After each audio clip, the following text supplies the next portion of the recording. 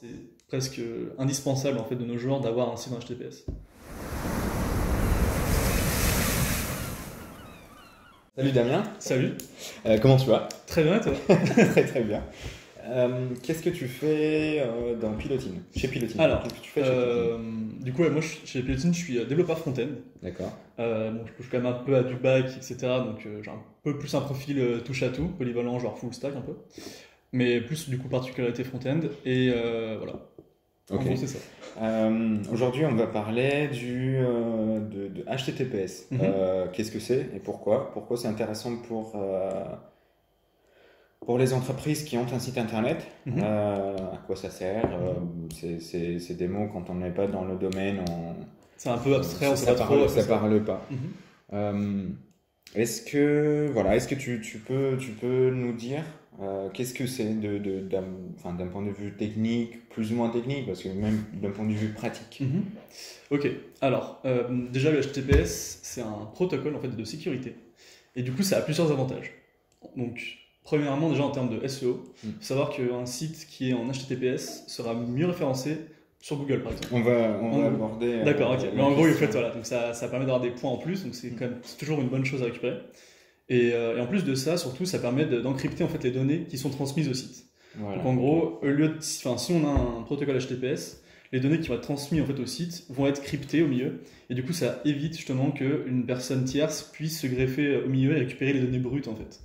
Du coup, Quand tu me parles de ça, ça me fait tout de suite penser au site e-commerce. oui, bah complètement. C'est C'est là où c'est le plus important, Ouais. concrètement, parce que justement là on a souvent des informations qui sont un peu vitales et un peu même entre guillemets importantes. Et du coup, c'est obligatoire dès d'être qu'on sur un touche site. au paiement, c'est Ah oui, c'est oui. sûr. C'est- Mais du c'est coup, est-ce que hyper c'est intéressant aussi pour les sites vitrines? Ou est-ce que c'est quelque chose Alors, qui est uniquement ça intéressant? peut aussi être intéressant pour les sites vitrines pour une raison qui est un peu simple. C'est par exemple, on a toujours un formulaire de contact sur un site vitrine, même si c'est un site assez Ah, basique. ouais, ouais. Et à ce moment-là, on transmet des informations. Donc, on peut transmettre des informations qui peuvent être très basiques. Donc, il y a le nom, le prénom. Mais souvent aussi, on a le numéro de téléphone, l'email, etc. Et du coup, même pour éviter justement de se retrouver dans une base de données et qu'une sorte de personne tierce puisse récupérer ces infos-là et nous spammer, c'est toujours intéressant d'avoir ce genre de protection. Et ah oui, effectivement, j'ai pas pensé. En plus, c'est des informations personnelles. Exactement. Donc ça touche Donc, c'est. aux nouvelles lois RGPD. Exactement. Ah oui, ok, super. Donc on a touché à pourquoi c'est important aussi en même temps. Comment savoir si son site est sécurisé? Donc je me mets à la place d'un de nos clients. Il a déjà un site internet. Comment il fait pour savoir si cette Si le problématique protocole. le concerne? Alors, c'est très simple. Dans n'importe quel navigateur, tout en haut à gauche, dans la barre de l'URL, on a toujours un cadenas vert. Quand on a ce cadenas vert, on sait que notre site est en HTTPS. Et en général, même quand on clique sur justement l'URL du site, on voit que HTTPS apparaît. Je crois que c'est de base sur Safari, il le masque, cette partie-là. Mais quand on clique sur l'URL, au moins on est sûr de bien voir l'URL complète. Et on voit qu'en général, c'est en Donc il y a le cadenas vert Ouais. si le site il est bien configuré en HTTPS. Exactement. Si Et c'est pas le au cas, je contraire crois qu'il y a une petite croix rouge. Il me semble qu'il est en rouge maintenant. Parce qu'en fait, c'est considéré maintenant comme une pratique standard du web. Maintenant, c'est presque obligatoire maintenant de mettre son site en HTTPS. Ok, donc c'est tout de suite visuellement on peut, Voilà, on le voit tout de voir suite, si c'est exactement, sécurisé c'est ça. ou non Et sécurisé. il y a même encore, pour aller plus loin, différents niveaux de HTTPS. Il y a le HTTPS entre guillemets simple, donc qui permet d'encrypter les données de manière assez sommaire, mais qui est quand même très efficace, où justement là on voit simplement le cadenas vert. Il existe aussi des certificats de sécurité qui sont beaucoup plus avancés et qui coûtent beaucoup plus cher, type des certificats Komodo, où là typiquement on voit en plus du cadenas vert le nom de l'entreprise officielle à côté du cadenas. Et D'accord. ça souvent Je on savais pas du retrouve tout. sur les gros sites les sites e-commerce très très connus qui ont vraiment beaucoup de trafic. Et là ils ont vraiment besoin d'avoir un encryptage des données qui est vraiment très très solide. D'accord, ok, je me suis jamais posé la question, mais effectivement, si on va par exemple sur PayPal, on voit le cadenas vert et le nom de l'entreprise officielle, c'est l'entreprise. ça. Et sinon, sur les sites classiques, on va dire, c'est juste le cadenas Uniquement vert. le cadenas vert, exactement. Ah ouais, super. Je savais pas du tout que ça existait. Bah, génial. Donc c'est assez simple de savoir. Quels sont, voilà, là, les avantages. On a déjà touché à quelques avantages. Donc surtout au niveau de la sécurité. On parle bien de la sécurité des visiteurs du site. Ou est-ce qu'il y a aussi un avantage pour le site en lui-même? C'est surtout pour les visiteurs du site. C'est vraiment toutes les données qu'on va vouloir transmettre en fait au site internet. Donc typiquement les formulaires, donc paiement, de contacts, etc., etc. Donc en fait c'est plus une sécurité pour s'assurer que la connexion entre deux points, entre le site et l'utilisateur final, ne peut pas être interceptée ou... En fait, elle peut toujours être interceptée, mais le truc, en fait, c'est que la personne qui va essayer de se greffer au milieu ne verra pas les données brutes, en fait. D'accord. Elle verra du charabia. Ce sera des trucs, des symboles, des chiffres. Ça n'a aucun sens, en fait. Ouais, parfait. Super. Donc, tu as déjà touché aux avantages sur le référencement naturel. Exactement.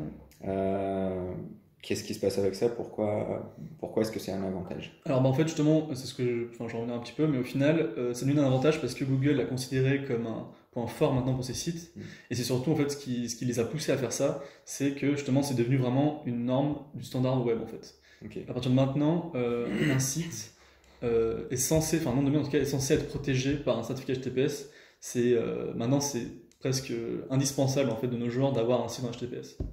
Et du coup, Google, pour eux, vu que c'est considéré aussi comme un standard et une bonne pratique du web, automatiquement, ils donnent des points bonus à ces sites-là en termes de score de référencement. Ok, bah, c'est super intéressant. Je suppose que c'est pas le cas juste pour Google. Non, bien sûr, c'est le cas pour tous les moteurs de recherche. En fait, ça fait parmi de leurs critères en fait qui sont importants. Quoi. Ok, super.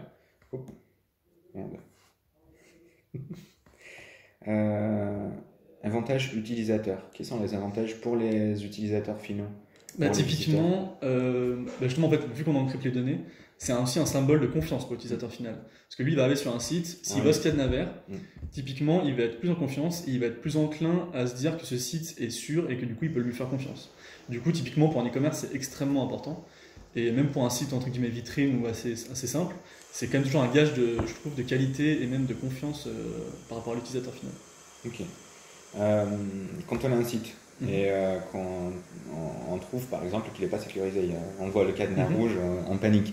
Qu'est-ce qu'il faut faire si on veut essayer de le faire soi-même? Est-ce que c'est déjà est-ce que c'est possible? Et si oui, quelles sont les premières étapes? Okay. Alors, en gros, concrètement, ça va se passer au niveau en fait du registrar, donc c'est l'endroit où vous avez acheté ce nom de domaine-là. Souvent, ces prestataires, ces plateformes en ligne, en fait, permettent de demander la mise en place d'un certificat, on appelle ça un certificat SSL. Et en gros, il y a différents, comme je t'ai dit tout à l'heure, il y a différents types de certificats. Très souvent, les plateformes proposent un certificat qui est gratuit, donc de type Let's Encrypt. Donc en fait, c'est un certificat en fait, qui a été mis en place, qui est open source et qui est donné gratuitement en fait, aux plateformes en ligne. Et du coup, ça permet facilement aux utilisateurs de mettre en place ce certificat-là. Et du coup, la première étape, c'est déjà de demander donc, le certificat à la plateforme. Et dans un deuxième temps, ensuite, il faut mettre à jour son site et du coup changer en fait, l'URL de base de son site. Donc typiquement, si on prend le cas de WordPress, une fois qu'on sait que notre certificat fonctionne, on peut le tester simplement justement en rajoutant le HTTPS dans l'URL. Et si on voit qu'on arrive sur le site, déjà, c'est-à-dire que le certificat est en place, donc ça fonctionne. Sinon, on verra un message, le certificat est invalide ou n'a pas été trouvé. Ensuite, justement, donc, si ça fonctionne, on se rendra compte aussi que le cadenas n'est pas encore vert. Parce qu'en fait, il faut faire attention à une chose, c'est que il peut y avoir ce qu'on appelle du mixed content. Et en fait, le mixed content, qu'est-ce que c'est? C'est quelque chose qui empêche d'avoir en fait le cadenas vert. Et en fait, la raison, elle est très simple, c'est qu'on peut avoir des ressources sur son site qui sont toutes en HTTPS. Et s'il y a une ressource, typiquement une image, qui aurait encore une ancienne URL avec le HTTP mais pas le HTTPS, mais en fait ça va casser entre guillemets le cadenas qui va apparaître en haut en fait. En gros, ça prévient juste l'utilisateur pour lui dire alors ce site a bien un certificat, en revanche certaines ressources de ce site ne sont pas encryptées. Et du coup c'est important en fait de remédier à cela et de faire vraiment en sorte qu'on est sûr qu'on n'ait pas de mixed content et que du coup on est bien ce cadenas vert. Parce qu'en fait du coup Google lui quand il va passer, il va se dire ok donc ils ont bien un certificat, par contre toutes leurs données ne sont pas encryptées correctement parce qu'il y en a une qui a encore l'ancienne URL et du coup je ne peux pas lui donner tous les points parce que du coup elle a du mixed content. D'accord. Et du coup la solution pour plagier à ça en fait c'est de bien vérifier que toutes les URL sont bonnes et du coup mettre à jour les liens de ces images. Mettre à jour les liens de ce qu'on appelle les assets, donc les fichiers style, les fichiers JavaScript, etc. Effectivement, on rentre dans le technique, dans le pour technique, le coup.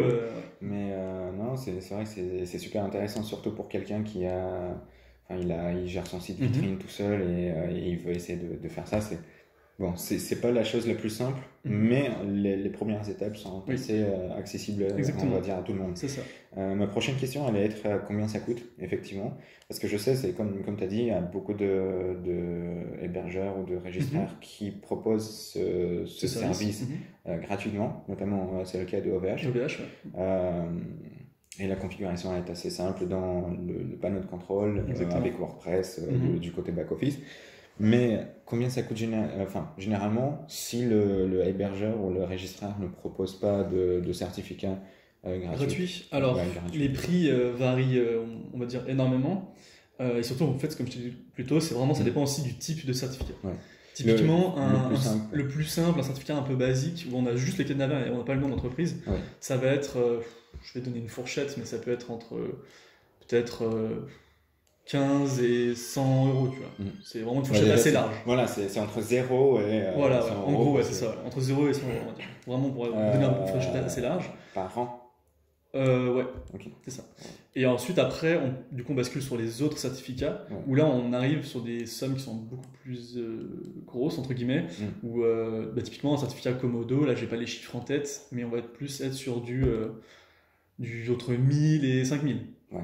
Et après, ça dépend aussi de la grosseur du site, il y a pas mal de petits caractères qui rentrent en compte, mais du coup, en fonction du niveau d'encryptage des données qu'on veut, le prix va être beaucoup plus cher, en fait. Donc, pour faire plus simple, la différence entre un certificat basique qu'on peut trouver gratuitement entre 0 et 100 euros, et le certificat très cher, où c'est pas seulement qu'on voit le nom de l'entreprise qu'il a enregistré, mais je suppose les données qui seraient interceptées potentiellement par un pirate sur le réseau sont beaucoup plus difficiles, voire impossibles des fois de décrypter, alors qu'avec un certificat simple, c'est très compliqué, mais en théorie, peut-être possible. Ça pourrait être possible, mais ça reste quand même de l'ordre du, entre guillemets, inimaginable, parce qu'en fait, il faudrait que la personne, elle ait un ordinateur, elle ait une usine d'ordinateurs qui tourne H24 pendant des mois pour arriver à décrypter les données. Et au final, c'est pas du tout intéressant pour elle, donc elle va même pas essayer de le faire. Et du coup, donc, pour les certificats plus avancés, on va dire, c'est vraiment que c'est la sensibilité des données ou le type ou la taille de l'entreprise qui l'impose. Et surtout aussi le côté confiance, où justement quand on voit le nom de l'entreprise dans le cadenas, on se dit vraiment là, je peux faire vraiment confiance à ce site. Moi personnellement, j'ai déjà vu cet exemple de certificat pour tout ce qui touchait aux services financiers, bancaires. Très souvent, justement dans les sites de banque, dans les passerelles de paiement de banque, on voit toujours le cadenas avec le nom de l'entreprise. Ok, bah super. Bientôt la fin. Combien de temps ça prend de configurer un certificat soi-même? On va prendre deux exemples. L'exemple le plus simple, avec OVH, on a un site WordPress. Un deuxième exemple, on a un site peut-être pas WordPress, et on est chez un hébergeur qui ne propose pas ce certificat gratuitement. Alors, techniquement, à mettre en place soi-même un certificat, si vraiment il n'y a aucune procédure, c'est assez complexe quand même. Ça demande des compétences techniques assez poussées, je pense. C'est pour ça que, même idéalement, si votre registraire, votre hébergement ne propose pas ce genre de certificat, déjà je me poserai des questions, parce que maintenant en 2019 c'est quand même assez fou qu'un hébergement enregistré ne propose pas ce service.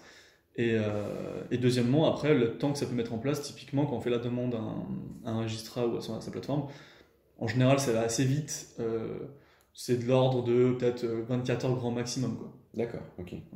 Ok, ensuite, je suppose que la configuration en back-office sur le site, ça dépend de la plateforme. Après, en fait, ça dépend, complètement, ça dépend du CMS utilisé, etc. Il suffit juste de mettre à jour, entre guillemets, les liens, en fait. Et sur un WordPress, typiquement, réglage général, on change juste l'URL du site par HTTPS et voilà. Ok, bon, super. Là, je pense qu'on a fait le tour. On a compris ce que c'était, pourquoi c'était important. Et 2-3 conseils sur comment le mettre en place si on veut le faire soi-même. Pour en finir, est-ce que nous avons déjà eu des cas, des exemples ou des histoires de mauvaises choses qui sont arrivées à cause d'un manque de certificat alors oui, c'est déjà arrivé. Le cas où par exemple on avait un site qui avait bien été, donc on avait bien généré le certificat, le site avait bien été configuré pour fonctionner avec l'adresse HTTPS. Et c'était en fait le client n'avait pas renouvelé le certificat. Et du coup, ce qui s'est passé dans ce cas-là, c'est que on arrive sur le site Et en fait, on a ce message qui fait un peu peur, qui nous dit que le certificat est périmé, et du coup, en fait, dans le message diffère du navigateur à un autre. Mais en gros, on a ce message qui fait un peu peur, on a l'impression que notre site s'est fait pirater. Alors qu'en réalité, c'est tout bête. En fait, si on change juste l'URL et qu'on met en HTTP, ça va fonctionner en fait. C'est juste qu'en fait, le certificat n'est plus valide et du coup, on a ce message d'erreur. Et en gros, la solution à cette chose-là, tout simplement, c'est d'aller rapidement sur son registrar ou sa plateforme et justement de régénérer le certificat, tout simplement. Alors oui, donc il faut aussi préciser qu'un certificat n'est pas à vie. Exactement. Il faut le régénérer. Typiquement, en général, c'est tous les ans. Ouais, voilà. tous les ans. Ouais. Et soit le régénérer, c'est gratuit si c'était gratuit à la base, soit le repayer tous les ans. Exactement. Ouais. Si tout à fait. Le renouveler, ouais, tout à fait. Ok, bon, super. Merci beaucoup pour tous ces conseils et toutes ces informations. Et on se dit à bientôt dans une autre édition du Journal de bord.